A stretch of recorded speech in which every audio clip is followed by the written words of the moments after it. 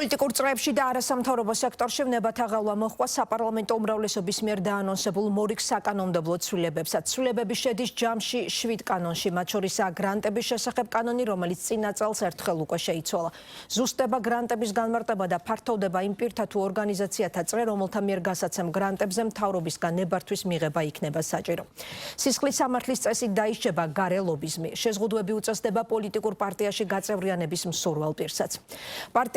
პარტიებთან დაკავშირებით ასევე კანონებში დაგეგმილ ცვლილებებს მწვავე რეაქციებით ხვდება ოპოზიცია, ოპონენტები კანონ პროექტებში მედია ორგანიზაციებისა და არასამთავრობო სექტორის საქმიანობის შეზღუდვის და გასხოვებული აზრის ჩახშობის საფრთხეს ხედავენ. ლელო დაგეგმილი ცვლილებები საკონსტიტუციო სასამართლოში გასაჩევრებას აპირებს. უცხოეთიდან პოლიტიკური მიზნებით და კანონის გვერდისავლით თანხების გადმორიცხვის პრევენცია ამ არგუმენტით ხსნის ინიცირებულ ცვლილებებს ხელისუფლება. მმართველი გუნდი საკუთარ პოზიციას ბოლო წლებში ქვეყანაში განვითარებული მოვლენებით და ტრამპის ადმინისტრაციის მიერ ამერიკული ფონდების დახურვის გადაწყვეტილებითაც იმყარებს. უცხოეთიდან საქართველოში გადმორიცხული თანხების გამჭვირვალობის მიზნით ქართული ოცნება კანონმდებლობას რამდენიმე მიმართულებით ამკაცრებს. მთავარი ცვლილება გრანტების შესახებ კანონს უკავშირდება. ქართული ოცნების ავტორობით მომზადებული ახალი საკანონმდებლო პაკეტით გრანტის განმარტება ზუსტდება და გრანტად მიიჩნევა უცხოეთიდან ნებისმიერი პირის მიერ, ნებისმიერი პირისთვის ფულადი ან ნატურალური ფორმით გადმორიცხული სახსრები, რომელსაც პოლიტიკური მიზანი აქვს და ხმარდება ან შესაძლოა მოხმარდეს საქართველოს ხელისუფლებაზე, სახელმწიფო დაწესებულებებზე ან საზოგადოების ნებისმიერ ნაწილზე რაიმე გავლენის მოხდენას. ასეთი გრანტის მიღება პირს მხოლოდ საქართველოს მთავრობის წინასწარი ნებართვით შეეძლება. დაგეგმილი ცვლილებებით საზღვარგარეთ რეგისტრირებულმა ორგანიზაციამ, რომელიც საქმიანობას არსებითად საქართველოში ახორციელებს, დაფინანსების მისაღებად საქართველოს მთავრობას უნდა მიმართოს. ასევე თუ უცხოური ძალა ფულის სანაცვლოდ საქართველოში ექსპერტებს დაიქირავებს, ეს ფული გრანტად ჩაითვლება. გარდა ამისა, დასჯადი ხდება გარე ლობიზმით. გრანტების შესახებ კანონის დარღვევისთვის წესდება სისხლის სამართლებრივი პასუხისმგებლობა, რაც გამოიწვევს ჯარიმას, საზოგადოებისთვის სასარგებლო შრომას, ვადით 300-დან 500 საათამდე ან 6 წლით თავისუფლების აღკვეთას. როგორც მმართველ გუნდში აცხადებენ, დღეს მოქმედი კანონმდებლობა ყველა რისკს ვერაზღვევს და კანონის გვერდის ავლით უცხოეთიდან ფინანსების მიღების შესაძლებლობას გლავტოვებს. ფინანსური რესურსი, რომელიც შემოედინებოდა კონკრეტული არასამთავრობო ორგანიზაციებისათვის, გამოყენებული იყო იმ რევოლუციური პროცესის განვითარებისათვის, გამოვიდა გაფართოების საკითხებში ევროკომისარი კოსი და თქვა, ეხლა ჩვენ უნდა ვიპოვოთ ქსები, რომ გაცილებით მეტი თანხები შევიტანოთ, თუმცა ისე რომ ამის შესახებ ვერავინ ვერაფერი ვერ გაიგოს. რასაკვირველია გრანტების შესახებ კანონის გამკაცრება სწორედ ამ გარემოებამ მოითხოვა. აქ არის ლაპარაკი იმაზე, რომ შემოვლითი გზებით ეს ფული არ ჩამოვიდეს და არ მოხმარდეს რევოლუციურ პროცესებს და არაკანონიერ პროცესებს.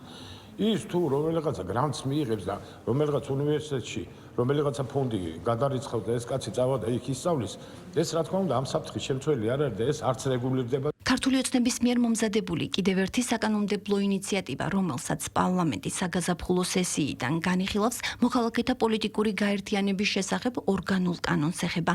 საკანონმდებლო პაკეტით იმ ორგანიზაციაში დასაქმებულ პირს, რომელიც დაფინანსების 20%-ზე მეტს უცხოეთიდან იღებს, პოლიტიკური პარტიის წევრობა 8 წლის განმავლობაში ეკრძალება. პოლიტიკური პარტიის წევრის ფინანსურ საქმიანობას მონიტორინგს აუდიტის სამსახური გაუწევს. ამასთან სისხლის სამართლის კოდექსის 194 მუხლს დამამძიმებელი გარემოება ემატება. კერძოდ, ფულის გათეთრება პოლიტიკურ საკითხებზე აქტივობის განხორციელების მიზნით 9-დან 12 წლამდე პატიმრობას გამოიწვევს. ქართული ოცნების კიდევ ერთი საკანონმდებლო ინიციატივით მეწარმე სუბიექტი ისეთი საჯარო პოლიტიკური აქტივობის განხორციელებისთვის, რომელიც მის ძირითად საქმიანობასთან დაკავშირებული არ არის, 20,000 ლარით დაჯარიმდება. განმეორებითი კანონდარღვევის შემთხვევაში კი ჯარიმა 40,000 ლარი იქნება. ორგანიზაცია უცხოურ გავლენას ატარებს, იმიტომ რომ თანხას აუცილებლად მოყვება შესაბამისი გავლენა. და თუ პირი თავისი საქმიანობით დაკავებული იყო, რომ უცხო გავლენა გაეტარებინა საქართველოში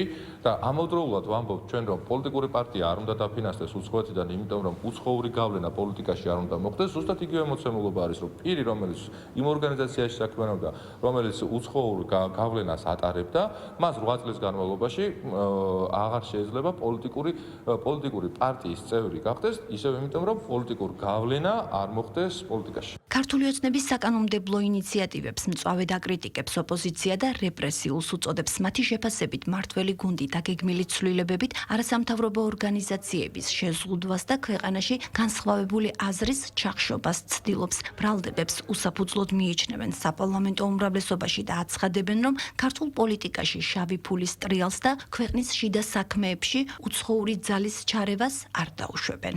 ოცნებამ 72 მილიარდი აკიდა ვალად საქართველოს.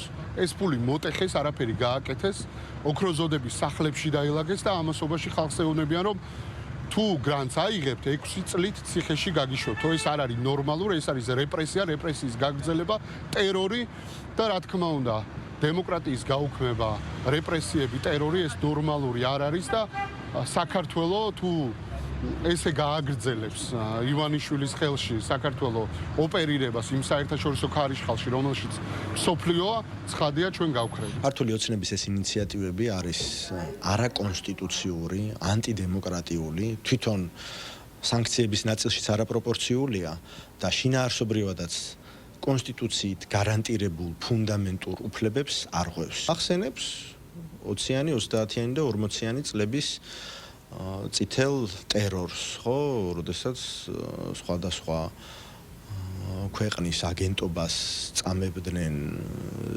ცილად და ბრალად უყენებდნენ ადამიანებს. 21 საუკუნეში საქართველოში საუბრობთ იმაზე, რომ თურმე ნებისმიერი ტიპის განსხვავებული აზრი უნდა მოგუდოს, პირდაპირ ვთქვათ, და ჩაახშოს ოცნებამ, რომელიც უკვე კი აღარ მიდის, ასე ვთქვათ, ავტოკრატიული რეჟიმის დამყარებისკენ, არამედ არის უკვე შემდგარი ავტოკრატია და ცხოვრობს შიშებით. ეს საკანონმდებლო ცვლილებები ოცნებას აძლევს იმის საშუალებას, რომ ნებისმიერ განსხვავებული, ასე ვთქვათ, აზრის გამოხატვას და არქვას არ ვიცი სახელმწიფო გადატრიალების მცდელობა. ეს ყველაფერი ემსახურება მხოლოდ ერთ რაღაცას, ეს ემსახურება ჩვენი ქვეყნის უსაფრთხოების გადაზღვევას და ჩვენი ქვეყნის სუვერენიტეტის დაცვას. გრძელდება შავი ფულის შემოტანა საქართველოში, მაინც გრძელდება მდიდარი NGO-ების დაფინანსება. ეს გრანტები უნდა მოხმარდეს კიდევ მორიგი რევოლუციური სცენარების მოწყობას ხედავთ გარეგზალების მხრიდან.